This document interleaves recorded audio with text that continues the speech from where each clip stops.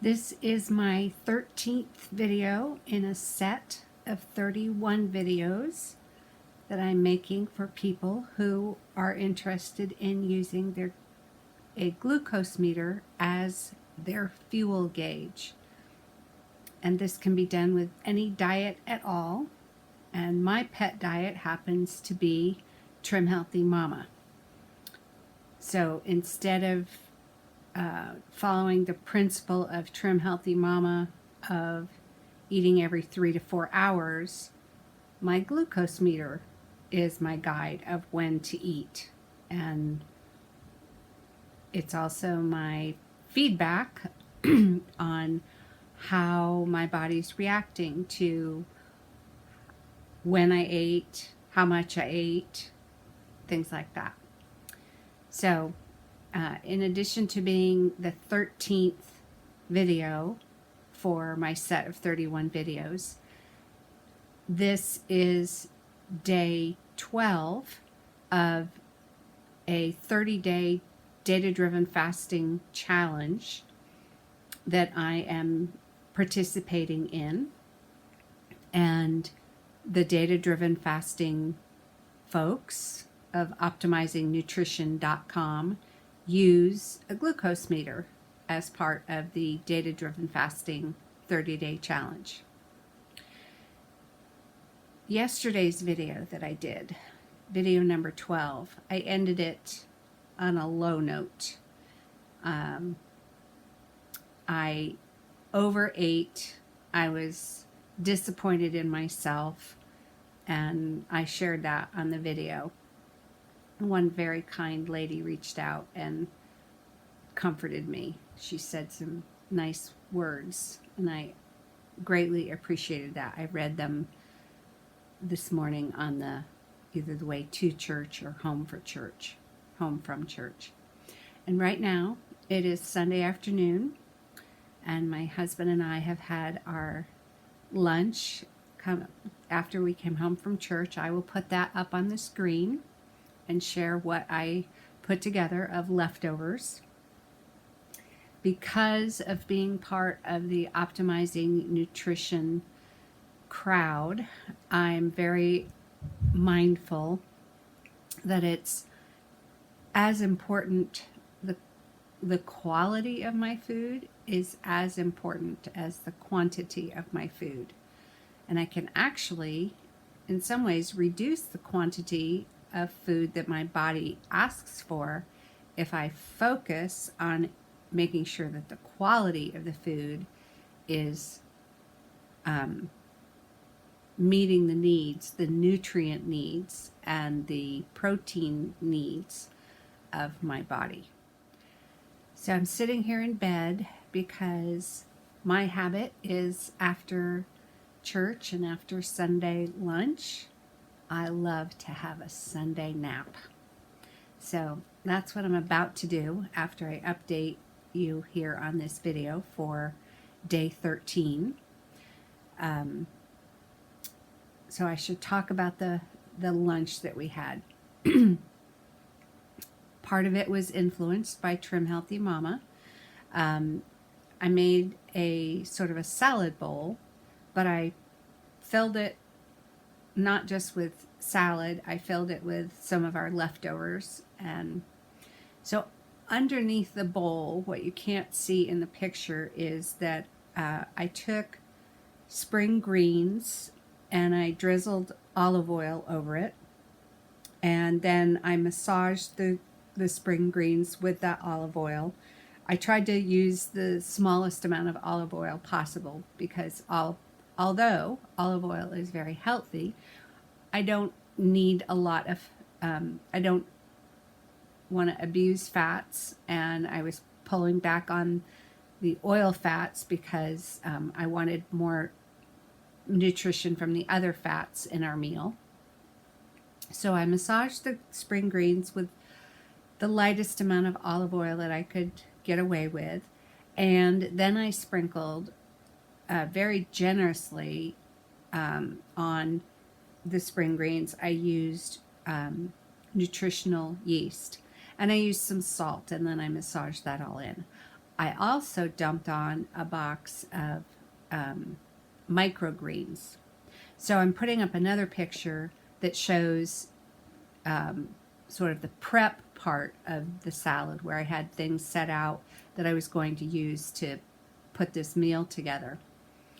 And so I did the spring greens with the olive oil and the nutritional yeast and salt and the microgreens, which is a great boost of nutrition. As a matter of fact, I have the label for the microgreens here, and I'll put that up on the screen too so you can look at it for yourself. But that little box of microgreens was considered a single serving. So my husband and I split that. And it says that the box of microgreens could have, because it says at the end of the ingredients list, greens may vary by season. So it could have had microgreens that were organic broccoli, organic purple kohlrabi, organic muzina, organic kale, organic red cabbage, organic red mustard, organic tatsoi. That's a new green that I haven't heard of. Tatsoi. Organic amaranth. And then that's where it says greens may vary by season.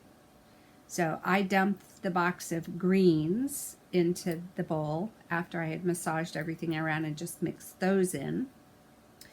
And I cut up an orange pepper and a yellow pepper and laid those on top of the salad, because I didn't really want to cut them up and make them something that you would just eat with a fork as part of the salad. I really wanted them to be the hand-to-mouth thing, because I think that's kind of satisfying to do.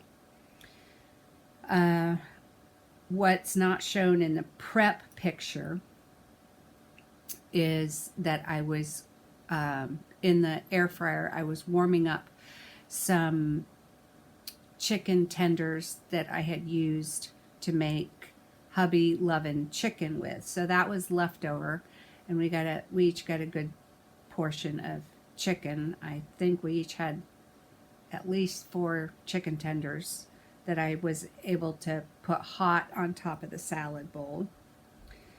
And now I'll go back and I'll put the meal picture back up so you can see the put together salad at our seats. I put out some, let's see, it had the peppers, it had the chicken. Oh, I had some leftover caramelized onions that I had done as part of last night's dinner. So I put those on. I heated that up and put those on. And I threw into the bowl 5 Brazil nuts for both of us, for the selenium that we'll get from those. Brazil nuts are just about the best source of selenium in a food source, and I much prefer to get my vitamins, minerals, supplements through my food than through paying for supplements. I also put a smallish handful of pumpkin seeds on the salad.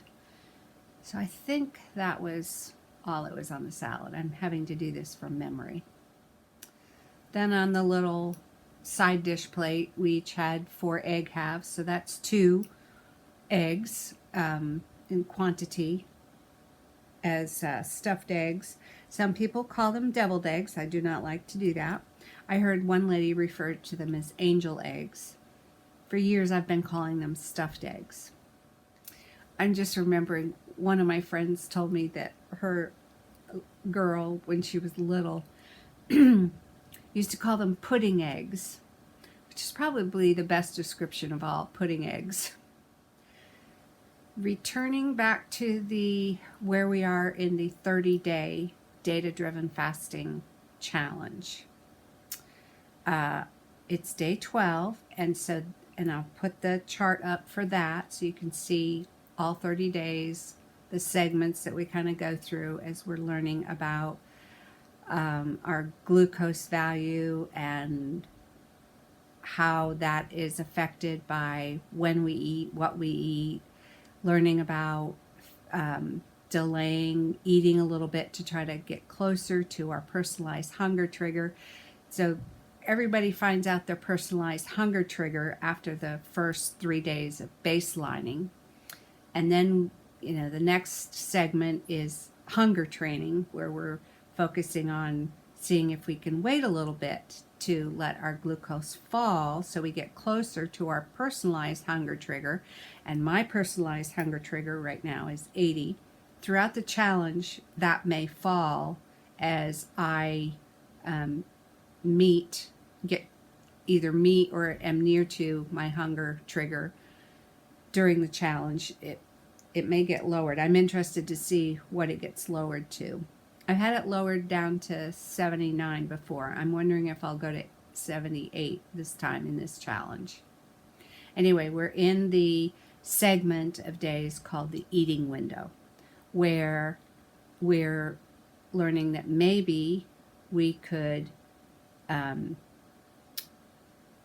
for those who've come into this program that have been doing 1 meal a day, excuse me, if we could maybe do 2 meals a day. And that's where I'm at. I'm trying to go from 1 meal a day to maybe having 2 meals a day, because that probably will improve the amount of protein I'm able to get in by having 2 meals instead of just 1 large meal. For those who are eating 3 meals a day and snacks, the idea is maybe we could condense that down to just 3 meals a day, no snacks, or maybe even 2 meals a day. But all of it is focused on our glucose value, to try to get a healthy glucose value, because our glucose number is a great indication of our metabolic health. The number we wake up with in the morning, and the number that we're able to get to before meals, and the number that that same number, that personalized hunger trigger, if we're able to return to it within just a couple hours of eating. That means we have good recovery of our glucose value. You know what? There is a talk I'm remembering now that I found I shouldn't say years ago, 4 years ago or more, by a guy named Brian Moll, Mowll. And he talks about glucose value, and he was the first one I heard from that said it was really important to have good glucose recovery. So I will look at that video again and find the section in the video where he's talking about that and give you the specific timestamp section so that you could go right to that information and hear that from him. And if I can find anything else about recovery time, I'll include that in the description box of this video. I really like to share educational resources that I have learned from and pass those on so that others can learn. I remember when I started using a glucose meter, because I'd found Marty's article about how to treat it as a fuel gauge, and I was really desperate to peel off some menopausal weight and stop feeling like my body was in charge of weight instead of me. And having no clue what really was healthy glucose values. And I was searching all over for information, and I was finding contradictory numbers. I was surprised to see that the American Diabetes Association had higher numbers than other places had, and it was almost like, are they trying to be easy on diabetics? Don't you want to teach them the truth? Don't you want to help them get to really healthy numbers instead of just, oh, here's some acceptable numbers for you to live with, even though you're probably not going to live as long, as if you'd go to healthy numbers. Anyway, I'll put up a chart about what healthy numbers are, even so, and that chart has them both in milligrams per deciliter and millimoles per liter, because those are two ways that we look at glucose numbers. The U.S. typically does milligrams per deciliter, and the rest of the world does millimoles per liter. I remember finding Brian's video as one of my teaching sources to show me, oh, here's some really healthy numbers I ought to be going for, and not just pre-meal, but I ought to pay attention to what my post-meal numbers are. Not that I follow that all the time. I did early on. But also paying attention to how long does it take me to get back to baseline, where I started, for a pre-meal number. Speaking of post-meal and pre-meal numbers, I did check what happened to me last night after I had that second meal, the evening meal, which I don't really like to eat in the evening because I feel like I'm not quite as insulin sensitive later in the day. I prefer more of an early eating time, and ideally I'd like to eventually settle on a late breakfast and an early dinner, and just kind of keep my eating time between the hours of, say, 10 o'clock and 4 o'clock. And I guess that would be called early time restricted eating.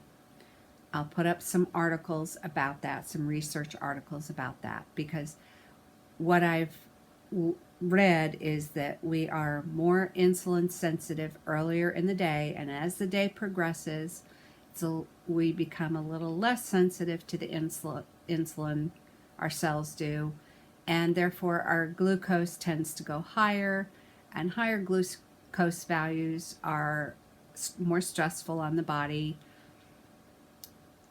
So I had a second meal at 6 o'clock in the evening, which wasn't my ideal, but I started to feel hungry sitting there with Steve at the dinner table. And then it was a decision between, do I go to bed hungry and let my body deal with it, which it's capable of, and then eat breakfast in the first thing in the morning, or do I eat with him now? He was still enjoying his dinner. And anyway, I went ahead and ate, and then regretted it, and kept eating. I didn't just eat the burger and the nice sort of tomato basil mozzarella salad. Then I ate a couple of bananas with peanut butter. So I had way more fuel than my body needed, and I was disappointed in myself. And as I did the end of day clip, finishing up video number 12, I was definitely disappointed in myself. Kind of felt like I'd failed myself, and I was pretty sure I was going to have a high glucose value going into the evening and nighttime. Well, because I am wearing a continuous glucose monitor, thanks to one of our children indulging me with a subscription for that. I have a 3-month subscription that I'm enjoying using right now. I was able to see I did not go above 110. And this morning my glucose value was down to 83. So I thought, wow, my body is doing pretty well. But that comes with time. That wouldn't have been the case back 4 years ago. My glucose behavior health has gotten a lot better because of following Marty Kendall's teaching, optimizing nutrition, data-driven fasting, all of that. Observing that has improved my glucose health. So I'm very grateful for that. So this morning, my waking glucose value was 83. And then today when we got home from church and I took my glucose before we started our meal. I had a pre-meal glucose value of 79, so that's 1 point below my personal hunger trigger. And when I put that in the DataDriven Fasting app, which I know you can't see the glare on the screen, I'll put this up on the screen here on the video so you can see it. I get the little congratulations, your blood glucose is close enough to your personal trigger. Time to eat a nutritious meal. So I did, and now here I am ready to take my Sunday afternoon nap.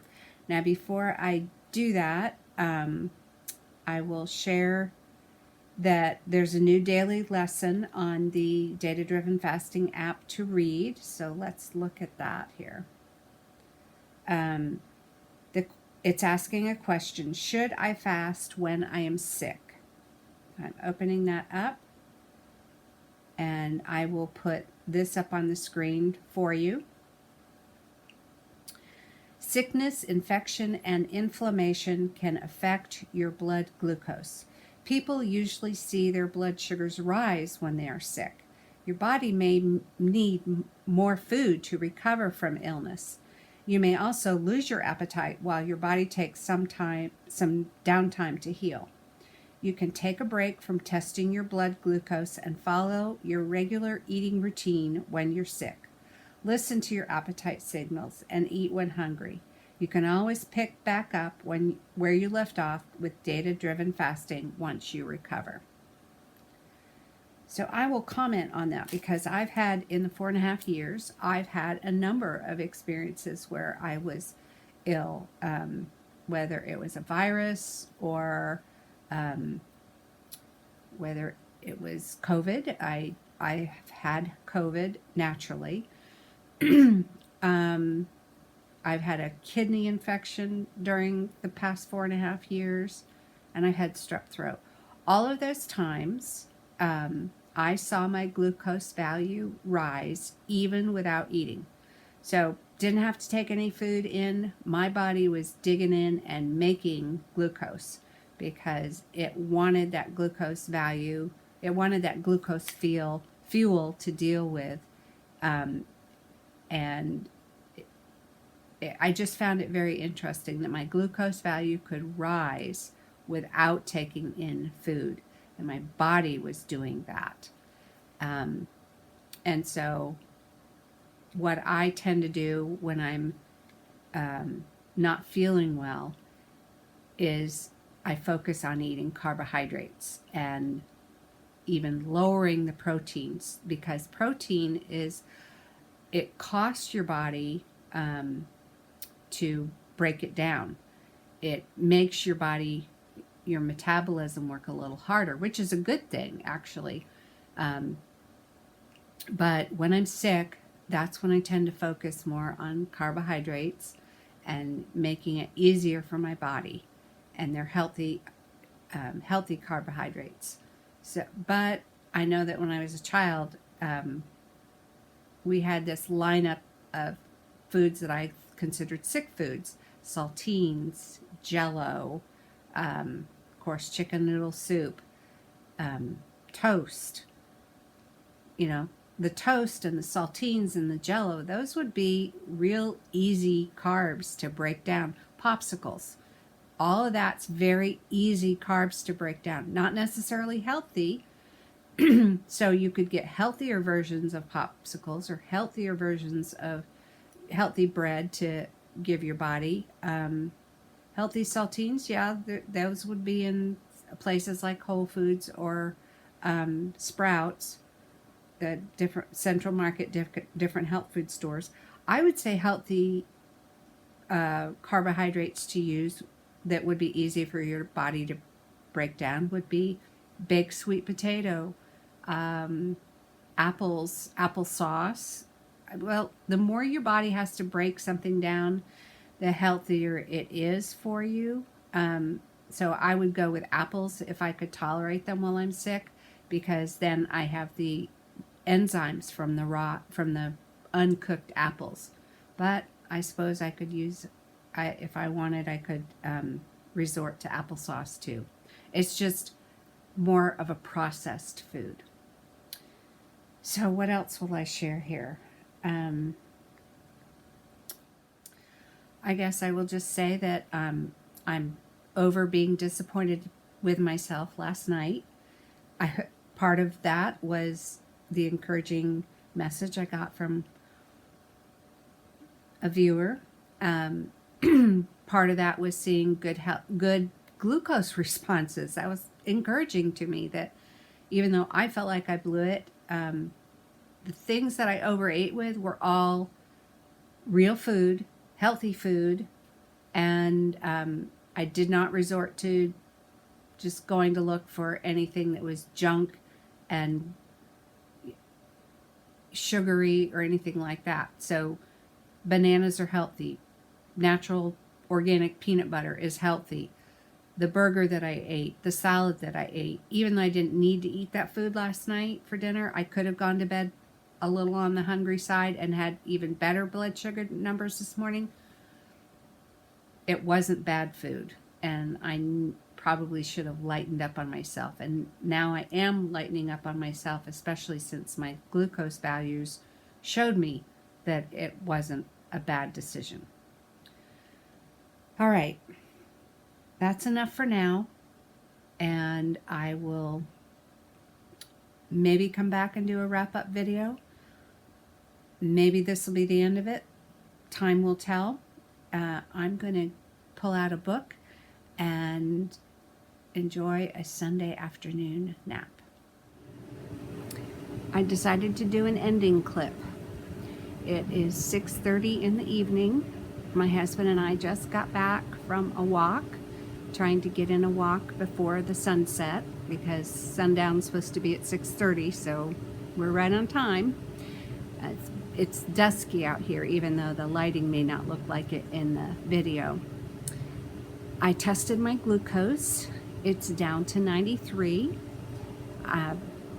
2 hours away from bedtime, I expect it to go down lower, and maybe I will get hungry before I go to bed, because I haven't eaten since that Sunday lunch that we had about 1:30, 2 o'clock this afternoon.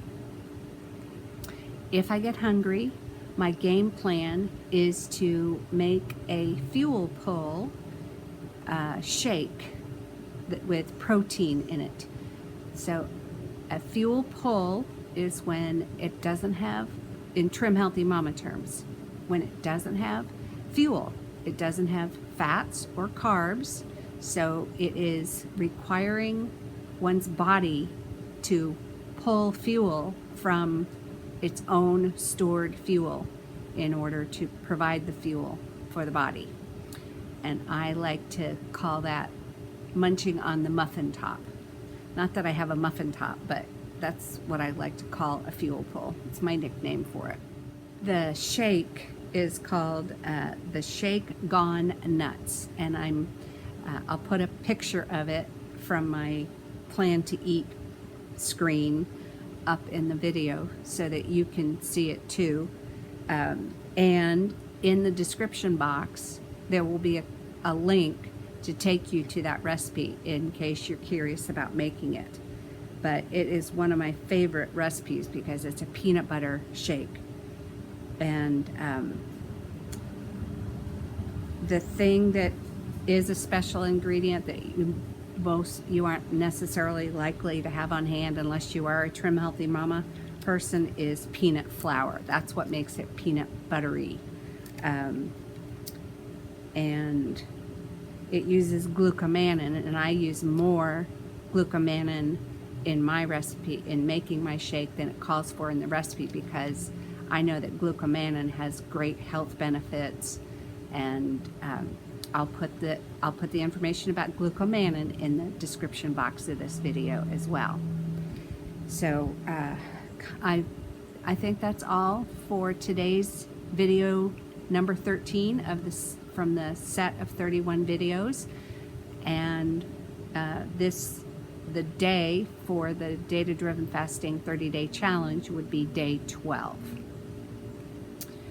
I will be back tomorrow morning with a new video, unless life throws a big old curve in it and for some reason I can't do a video. I'm trying to be faithful with day by day videos to say something about where we're at in this 30-day challenge. But I know that ending today for me, my ending today is a whole lot, my feelings about my ending today is greatly improved from what my feeling was yesterday.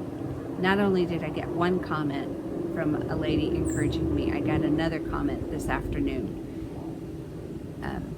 That is not a sea monster behind me. That is our, all of a sudden I could see it in the screen, and it's our pool sweep. So anyway, thank you for watching.